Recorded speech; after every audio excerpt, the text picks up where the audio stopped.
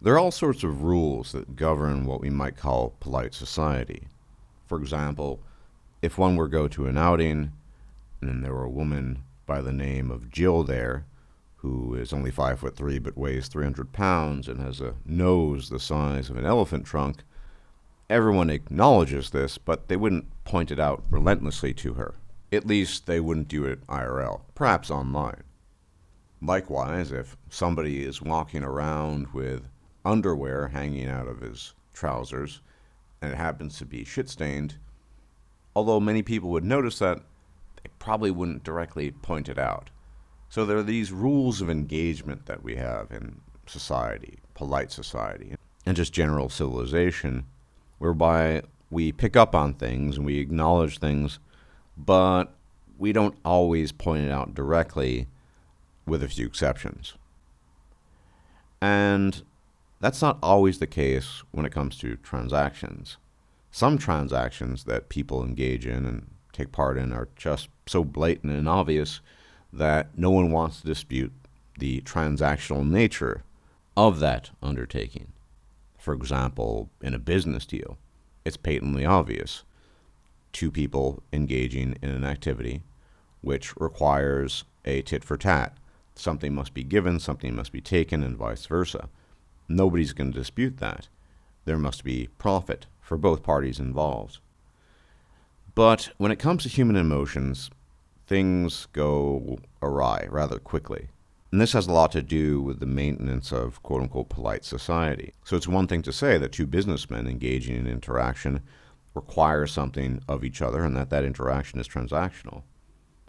It's quite a different thing to say that Jane and Bob are dating each other and they like each other, and that liking of each other, that dating activity itself, is also transactional. You see, transactional tends to imply to many people just exchange of money. And of course, that often happens in dating and relationships and marriage as well, more often than not. But it's not the only thing that's transactional.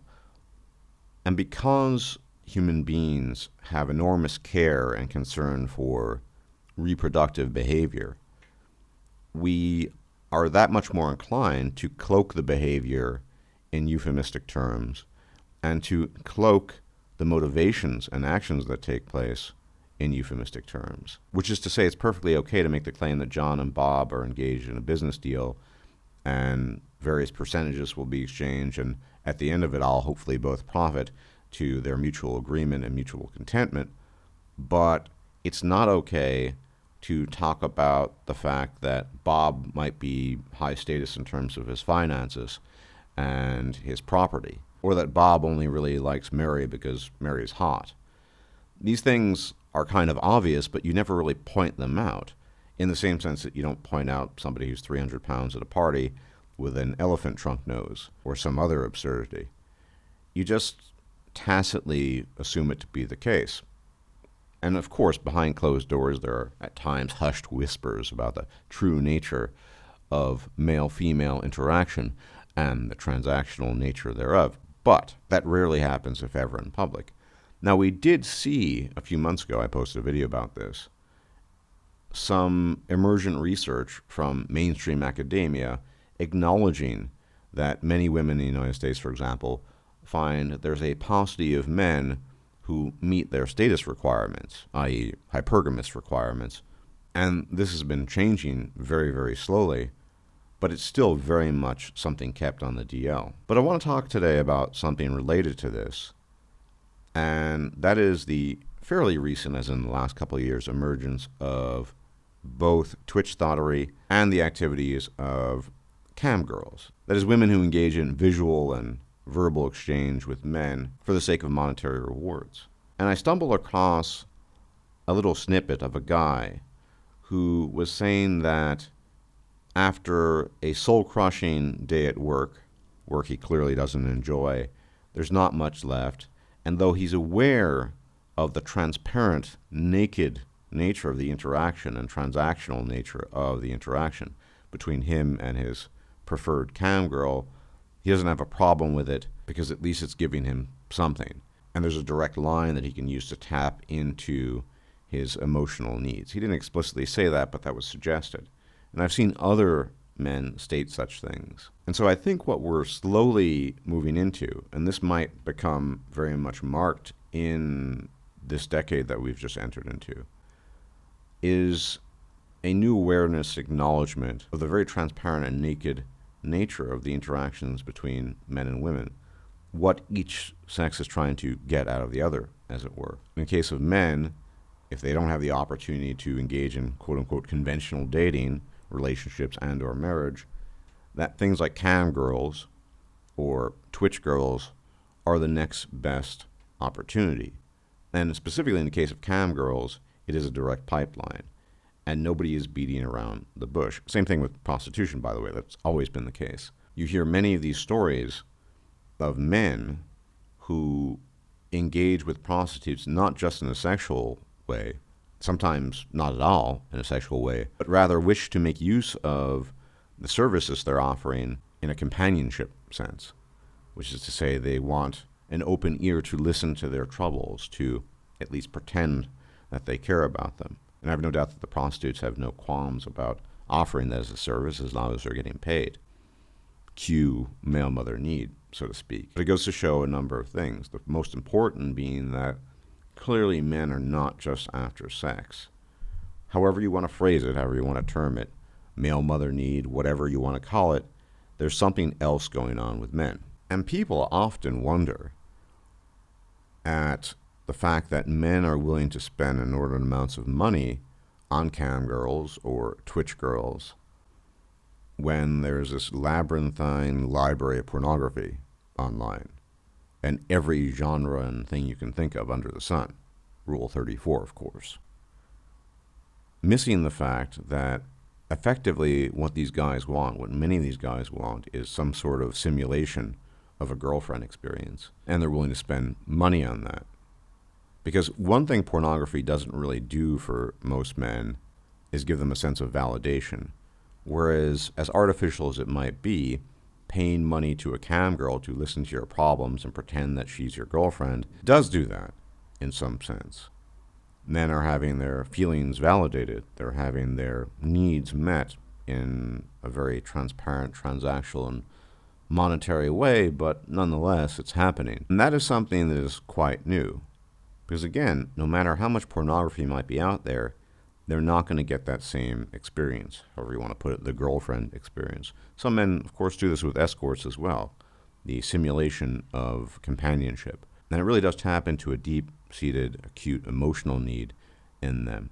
And this coincides with this awareness because I think many men in conventional relationships and marriage are aware that in those relationships and in those marriages, the emotional needs they have are, to the extent they're being met at all, almost as artificial, if not just as artificial, as the type of transactions that take place between cam girls and men willing to pay them money for it. You see this time and again.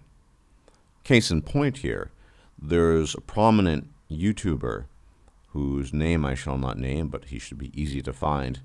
His channel is a channel about Skyrim mods and also Fallout mods. And his main focus are pornographic mods, basically mods with large bosoms and large buttocks. And on top of that, he also has a reaction channel that he's integrated his girlfriend into. And if you observe this channel, you can see that he's constantly nervous, not just about issues related to YouTube and his own status on YouTube, but maintaining the relationship. And maintenance for him is investing continuously in his female, buying her expensive dinners, buying property for her sake, expensive trips, etc., etc. And what is he getting out of it? Well, apart from the likely sex aspect, he's getting that same transactional, emotional feedback that some guy after a hard day's work is willing to pay a cam girl for. And frankly speaking, he's paying a lot more for it. Now, you might argue about something along the lines of regularity, but since when have girlfriends, and wives for that matter, provided regular sex or regular emotional feedback? They typically don't. And you can always see it in this guy's face, in this YouTuber's face, that he's always worried about this. He's very, very concerned about the maintenance of his relationship. Everything seems to ride on it. Despite his enormous success on YouTube, despite him making the high six figures yearly, he's always worried about this. But the interesting thing, I think, really going forward to observe is that more and more men will be willing to circumvent that and just go straight for the direct deal, meaning they're just going to find a cam girl or an escort or whatever, or perhaps even in the future some form of AI to meet those needs rather than jumping through all the hoops of conventional relationships in marriage. And if and when that happens, and I think it's very likely, what we're probably also going to see is a dropping of the facade, a dropping of the pretense of polite society. The idea that we can't talk about romantic and emotional interactions between men and women in a way that is just as transactional as two businessmen making a deal. The idea that it's simply based on wholesome feelings and nothing else. There's no tit for tat. That mirage that has been erected for the sake of polite society and maintaining social equilibrium of sorts, that will slip away and is slipping away right now. For example, this YouTuber I mentioned, there's no way in hell that he's not aware of certain red pill concepts. He just maybe hasn't internalized them, but he is constantly in that state of concern regarding these things.